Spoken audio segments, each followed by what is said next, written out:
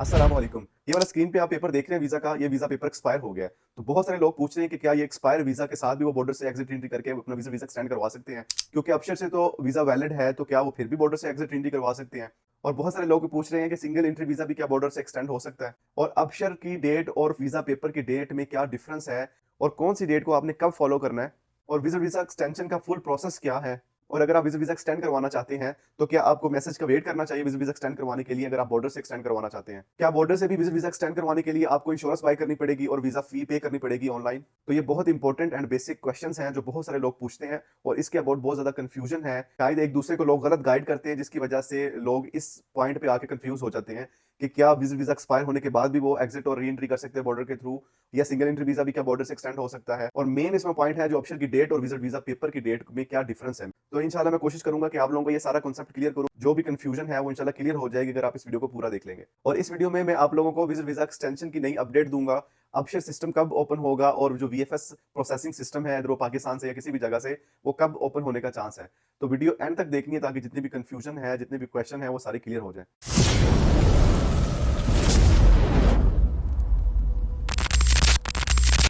अस्सलाम वालेकुम, उम्मीद करता हूँ सब खैर खैरियत से होंगे। आज की वीडियो स्पेशली आप सब लोगों के लिए है जो लोग सऊदी अरब में फैमिली विजिट वीज़ा पे रहते हैं। बहुत सारे लोग कंफ्यूज हैं अबशर की डेट और वीज़ा पेपर की डेट को लेके। तो इस वीडियो में मैं इंशाल्लाह कोशिश करूंगा कि जितने भी कॉन्सेप्ट हैं, क्वेश्चन हैं लोगों के वो सारे क्लियर हों। फर्स्ट ऑफ ऑल अगर मैं बात करूं कि जब आप मल्टीपल वीज़ा प्रोसेस करवाते हो तशहीर सेंटर या वीएफएस सेंटर में अपनी अपनी कंट्री में, किसी भी कंट्री से जब आप उसको प्रोसेस करवाते हो तो आपको एम्बेसी की तरफ से वीज़ा इशू किया जाता है। पहले आप लोगों को पता होगा कि वीज़ा स्टैंप होके आता था पासपोर्ट पे, लेकिन कुछ अर्सा पहले से अब वो साथ में ई पेपर आपको देते हैं वीज़ा पेपर। तो उस वीज़ा पेपर के ऊपर वैलिडिटी लिखी होती है कि ये 1 साल का वीज़ा है, ठीक है? तो उस 1 साल के अंदर-अंदर आप जितनी बार चाहे मर्ज़ी सऊदी अरब में आ सकते हैं और सऊदी अरब से जा सकते हैं। There is a no limit, इसमें कोई लिमिट नहीं है कि आप इतनी बार ही आ सकते हैं या इतनी बार ही जा सकते हैं। तो ये सबसे पहले इसमें एक पॉइंट हो गया। सेकंड ये कि जैसे ही आप सऊदी अरब में एंट्री करते हो, आपको 90 डेज़ मिलते हैं, फर्स्ट 3 मंथ्स मिलते हैं, ठीक है? तब आपका डाटा अबशर पे शो होता है।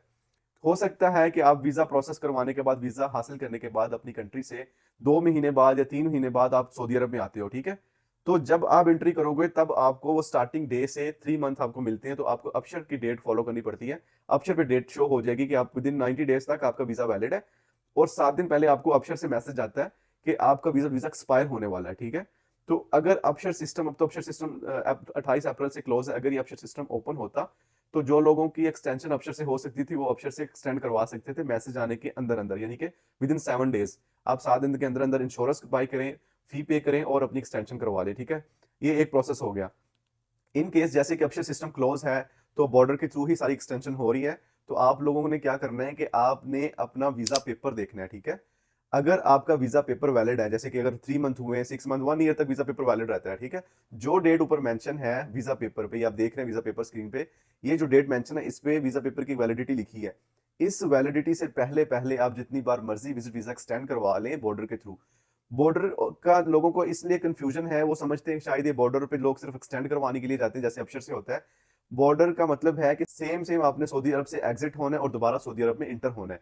लोग अपनी होम कंट्री में इसलिए नहीं जाते कि टिकट आपको पता है एक्सपेंसिव है और बहुत सारे इसमें अखराजात हैं, तो जो नियरेस्ट बॉर्डर है जैसे बहरीन है या जॉर्डन है या किसी को और कोई अगर बॉर्डर करीब पड़ता है तो वो इस हिसाब से उधर जाके अपना वीजा एक्सटेंड करवाते हैं, यानी कि वो सऊदी अरब से एग्जिट होते हैं और दोबारा इंटर होते हैं। तो इसमें पॉइंट एक समझने वाला ये है कि अगर आपके पास वैलिड पेपर होगा तो ही आप सऊदी अरब में दोबारा इंटर हो सकते हैं। तो अगर आपके पास पेपर ही वैलिड नहीं है, यानी कि ये पेपर आपके सामने ही हो रहा है, एक्सपायर पेपर है, इसके साथ आप कैसे सऊदी अरब में इंटर हो सकते हैं? क्योंकि और इसमें एक पॉइंट और बता दूं कि जो अक्षर का डाटा है वो जैसे ही आप सऊदी अरब से एग्जिट होते हो, अक्षर का डाटा सारा गायब हो जाता है, वो चला जाता है, अक्षर पे कोई भी चीज शो नहीं होगी।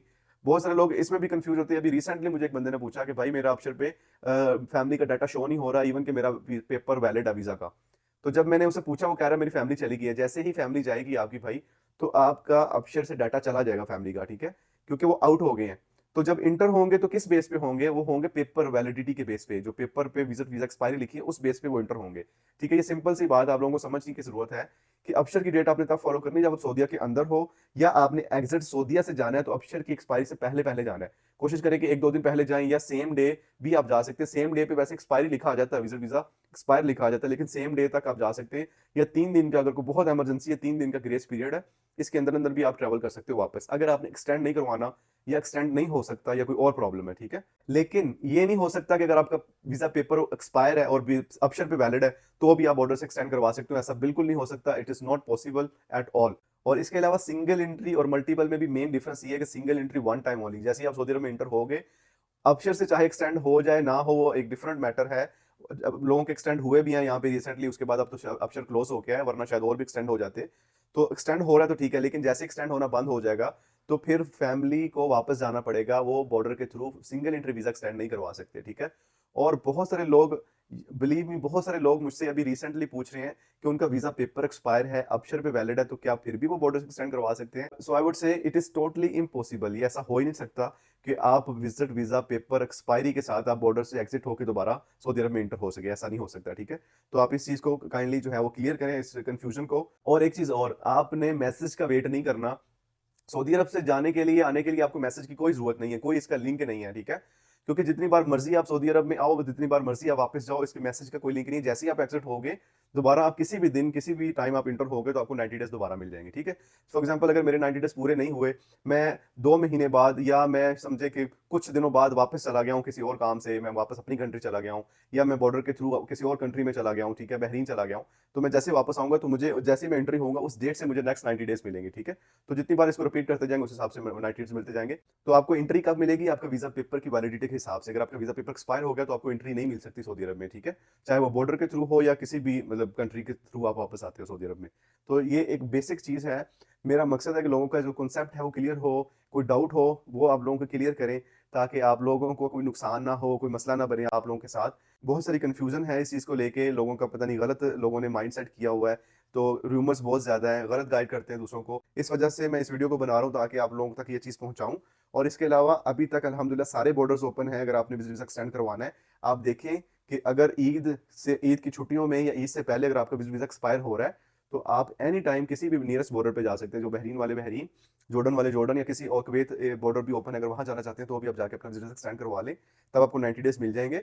अबशर सिस्टम इंशाल्लाह हज की छुट्टियों के बाद फौरन ओपन हो जाएगा, तो नेक्स्ट एक्सटेंशन आपकी जब ड्यू होगी तो 7 डेज के अंदर अंदर आपको अबशर से भी नेक्स्ट 3 मंथ्स मिल जाएंगे इंशाल्लाह। तो आप काफी देर यहाँ पे स्टे कर सकते हैं, जो लोग अभी बॉर्डर से करवा रहे हैं, ठीक है। नेक्स्ट एंट्री, नेक्स्ट एक्सटेंशन उनकी इंशाल्लाह अबशर के थ्रू हो जाएगी, ठीक है। और जब आप अबशर के थ्रू एक्सटेंड करते हो तब ही सिर्फ आपको इंश्योरेंस बाय करनी है और फीस पे करनी है।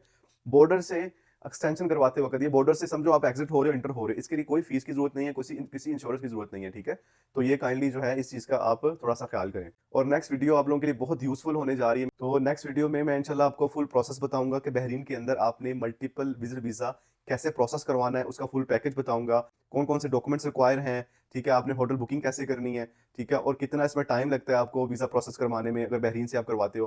फॉर एग्जांपल अगर आप पाकिस्तान या इंडिया किसी भी अपनी होम कंट्री पे जाके नया वीजा प्रोसेस नहीं करवाना चाहते, आप सोचते हैं कि यहीं पे रहते हुए यानी सऊदीया से आप सिर्फ बहरीन जाओगे तो आपको पता है बाय रोड आप जा सकते हो इजीली, इसमें कोई इतना ज्यादा एक्सपेंस भी नहीं है। जैसे आपने जाना है वहां पे और कुछ दिन स्टे करना है जब तक आपका वीजा प्रोसेस नहीं होता, तो फिर उसके बाद फिर आप वापस सऊदी अरब में नए वीजे के साथ आ सकते हो, 1 ईयर मल्टीपल विजिट वीजा, ठीक है। तो आपने बस यहाँ से अप्रूवल लेनी है मोफा से, उसके बाद आप वीएफएस में प्रोसेस करवा सकते हो बहरीन में, ठीक है। इसका मैं फुल प्रोसेस इंशाल्लाह नेक्स्ट वीडियो में एक्सप्लेन करूंगा, तो आप लोगों के लिए इंशाल्लाह इसमें बड़ा फायदा होगा। और मेरी कोशिश भी है कि जो मेन कॉन्सेप्ट है और जो मेन लोगों की प्रॉब्लम्स हैं उस पर डिस्कस किया जाए और उस पर वीडियोस बनाई जाए, ठीक है। तो काइंडली इस चैनल को आपने सब्सक्राइब कर लेना लाजमी, क्योंकि मुझे बहुत सारे मैसेजेस आते हैं व्हाट्सएप पे, लेकिन लोगों ने चैनल सब्सक्राइब नहीं किया होता। पता नहीं वो चैनल सब्सक्राइब करने से वो सोचते हैं कि इससे बहुत ज़्यादा फायदा होगा, ऐसा कुछ भी नहीं है। सब्सक्राइब करने से जस्ट ये कि आप लोगों को ये मोटिवेशन मिलती है कि आपको आपका कंटेंट जो है वो अच्छा लोग पसंद कर रहे हैं, ठीक है। तो काइंडली अपना फीडबैक जरूर दीजिएगा, इस चैनल को सब्सक्राइब लाजमी कर लें, ठीक है, और बेल आइकन ऑन कर लें ताकि जो भी नई अपडेट्स होगी, नई वीडियोस होगी वो आप लोगों तक पहुंचती रहे। बाकी मिलते हैं इंशाल्लाह नेक्स्ट वीडियो में, तब तक के लिए अपना और दूसरों का ख्याल रखें। अल्लाह हाफ़िज़।